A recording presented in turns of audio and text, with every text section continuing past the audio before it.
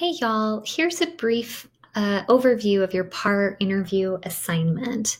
So hopefully by now you've read the instructions that are posted on Blackboard in your weekly folder and also over under the course menu under Projects at a Glance.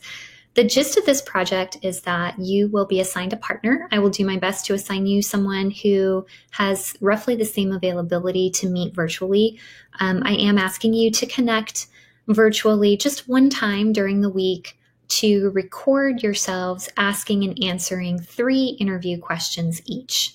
So to do that, I'd like you to share a job description and resume with your partner and with me. You'll get feedback on your resume from me. And then your resume and your job description are really designed to help your partner figure out what kinds of questions to ask you. So just for an example, if you were my partner and you saw my resume and I gave you a job description about being a professor of communication studies at a community college, you're going to ask me questions that are probably different than you might ask someone who is an accountant or someone who is a construction site supervisor. So we're all going to have unique skills and things that we would like to talk about in terms of our past experiences. And so it's good to know what your partner's skills and strengths are so that you can design questions tailored for them.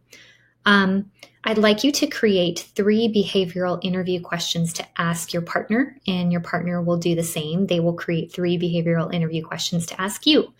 And then each of you will respond to those questions using a very specific interviewing technique called the PAR technique. When you're ready, and you can practice with each other or communicate via email, this doesn't have to be a secret.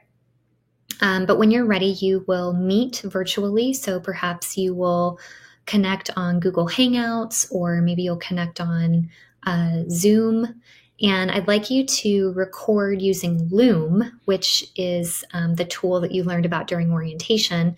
And the files are always reduced to a really nice size, so they're easy to send.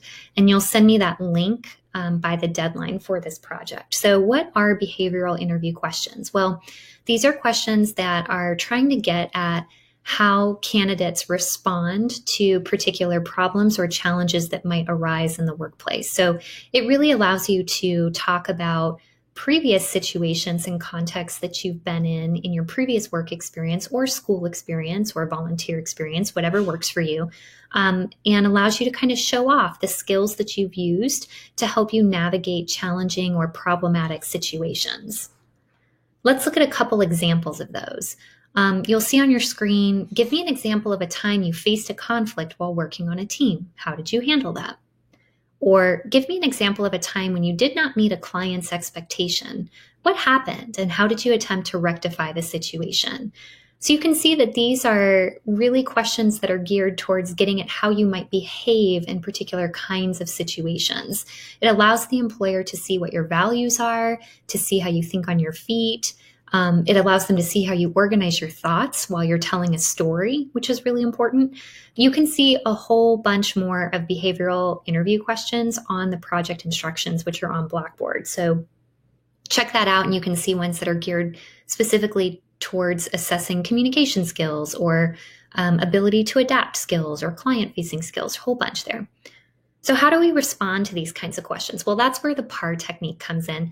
If you haven't heard this before, I guarantee you probably have heard of one of its sister acronyms like STAR response or SAR, S-A-R. They're all about the same. It's really getting at identifying a context to a story, offering specific steps, skills, or actions that you took to resolve some kind of problem, and then being really specific about the results that occurred because of your intervention, skills, steps, actions, etc.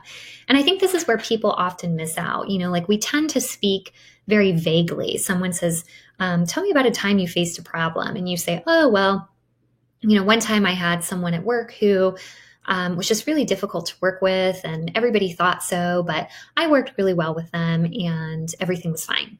Well, that doesn't say anything about me. That's not a good answer to a question.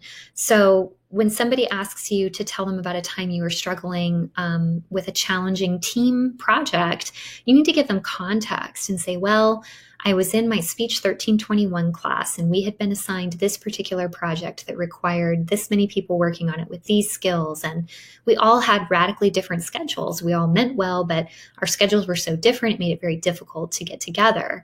And so I put together a planning schedule online and had everyone fill in what times they could work. And then instead of meeting face to face, we decided to meet virtually.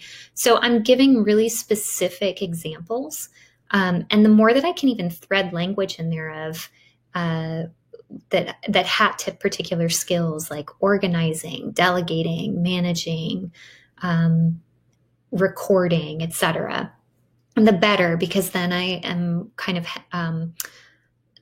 getting the interviewer's brain to kind of light up about, oh yeah, I like that they're really organized and they know how to schedule and they communicated so well with people who are really busy, right? And then the thing that we also forget are, what are the results, right? Was my team able to get together and meet? And what was the result of our team project? Well, we earned an A, and the team said that they were going to take these organizing strategies I had shared with them to their other teams at work to try to help folks connect, even though schedules were really busy, right? So the more specific that you can be, if you've got money that you saved a company or data of how many clients you served, those things can be really instrumental in leaving a lasting impact.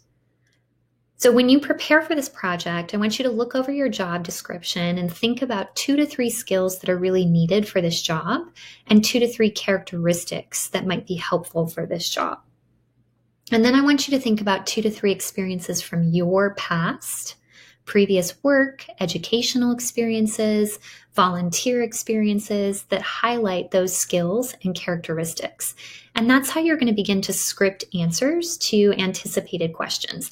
Now, again, y'all don't have to have this be a mystery and not talk with your partner until the day that you're recording. I welcome you to email back and forth to share what kinds of questions you want to ask. You are being graded on both your ability to craft 3 behavioral interview questions and to respond to 3 questions using the PAR technique for each question.